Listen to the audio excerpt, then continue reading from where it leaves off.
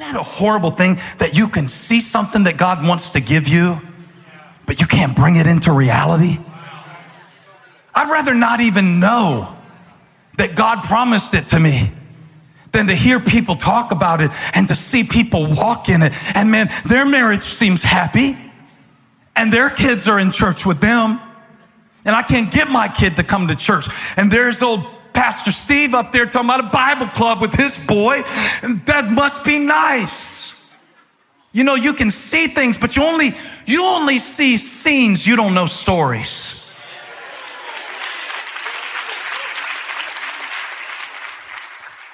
You don't know the story. There's so much more to the story. Elijah said somebody told him the other day, Justin Bieber was at our house for the weekend. I said, would have been nice to know. I'd have made him sing on Sunday. I'd have put him up on Gyra. Talk to Justin Bieber. I don't know Justin Bieber.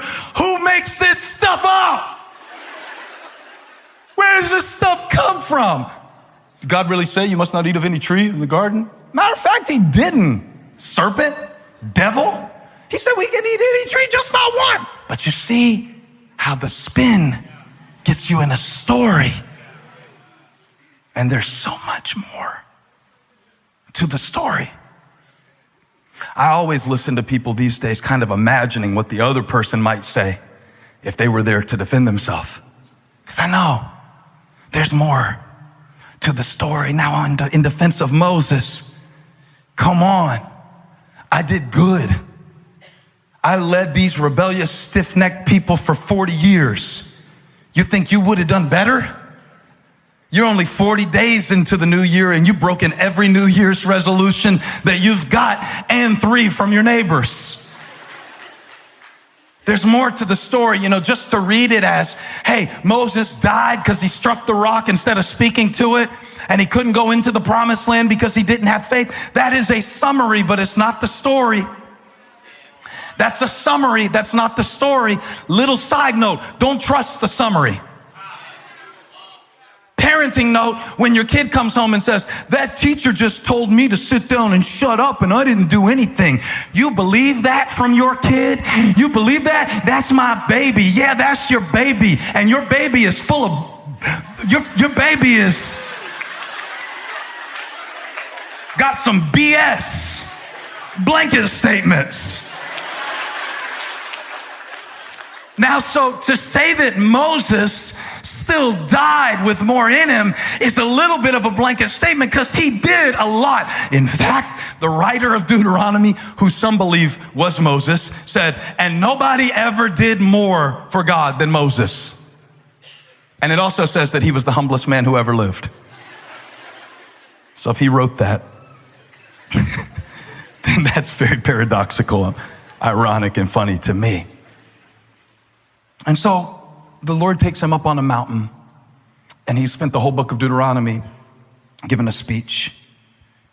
Make sure that when God brings you into the land, that you are the kind of person that can sustain the blessing that he wants to give you so that you don't receive the blessing and sabotage it because of selfishness, because of a lack of focus, and because of a lack of gratitude.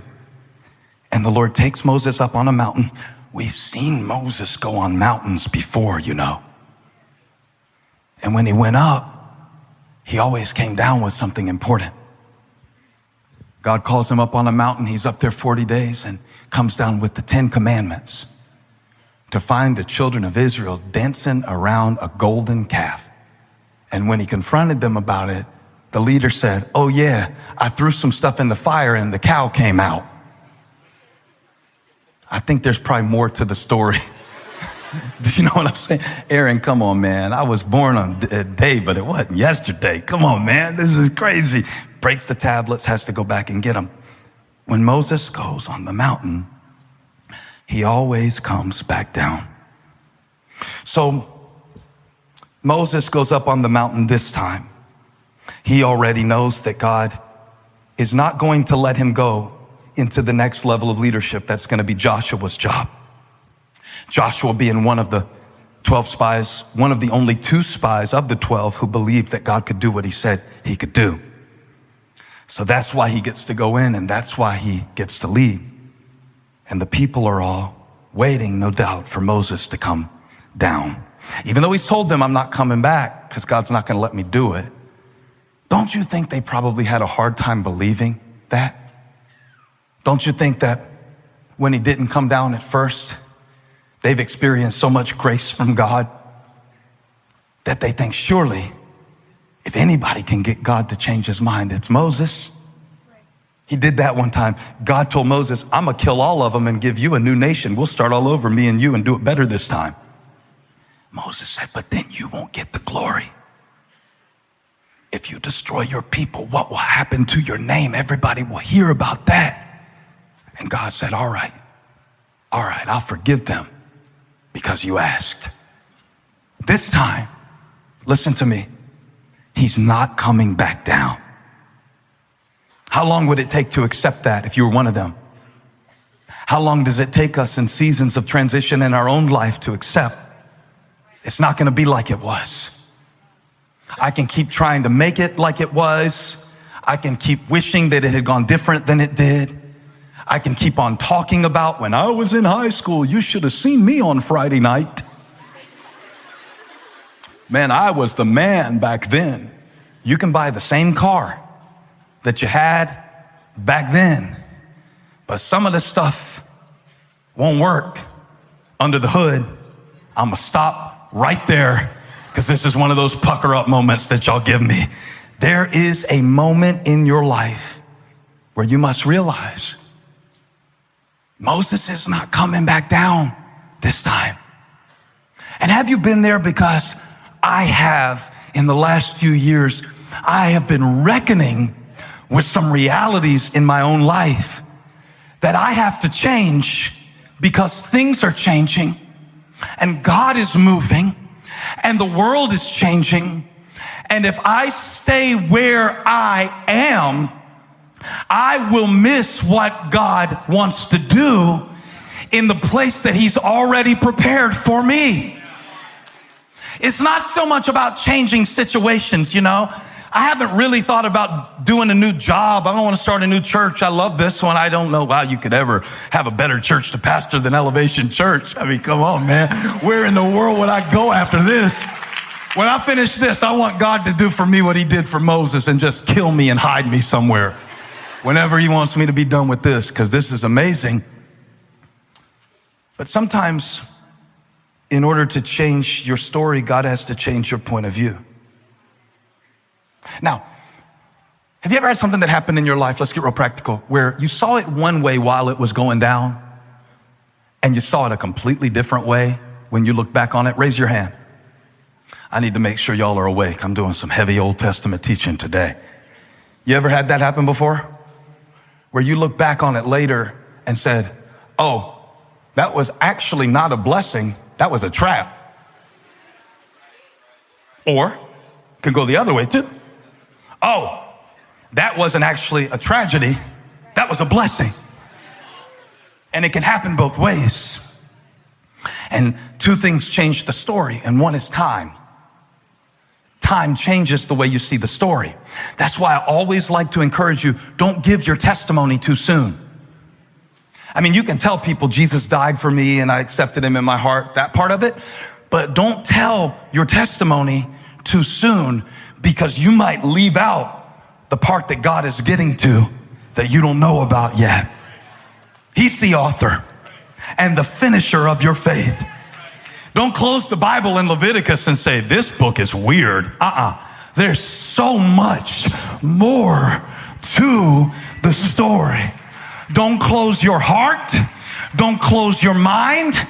Don't come out of the prayer closet. Don't come out of faith. Don't come out of the waters of change, because God is still writing your story. Say it.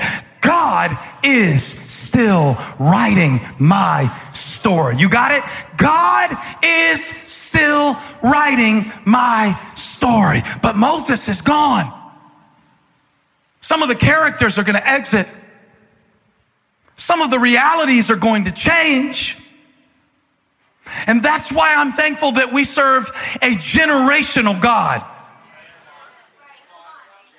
We tend to have situational faith. When everything feels a certain way, we can really move in it. Oh, when everything's just like this. How many people have I heard, I'm going to start being more generous when I get a better job with better pay? That is situational faith. How many people have I heard say, well, I'm going to be nice to her when she starts respecting me more? That is situational faith.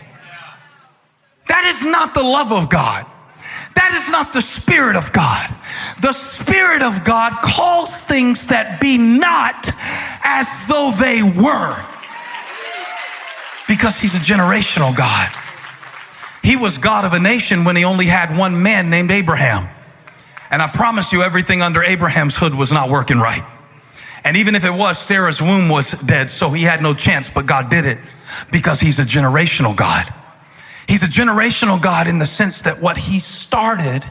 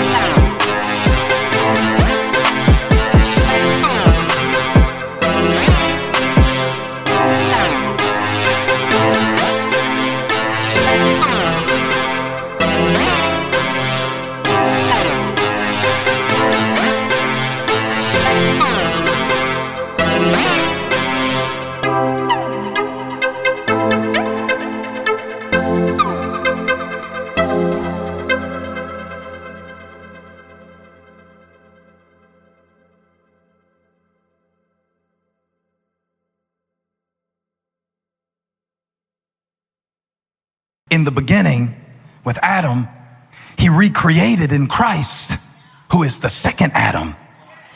Because we could not do it by the works of the law. So God took that book that stood against us, put it on Jesus who knew no sin. Can I preach the gospel for 10 seconds? And he made him who knew no sin to be sin that we might become the righteousness of God. So don't ever say this little church phrase, I'm just a sinner saved by grace. You ain't just nothing but somebody that Jesus thought was worth dying for. You ain't just nothing but a new creation, a masterpiece. He's still writing your story. Moses died, but God didn't. They walked out, but God didn't. You got fired, but God didn't. He still got the same job he had before you ever got to earth. He runs stuff.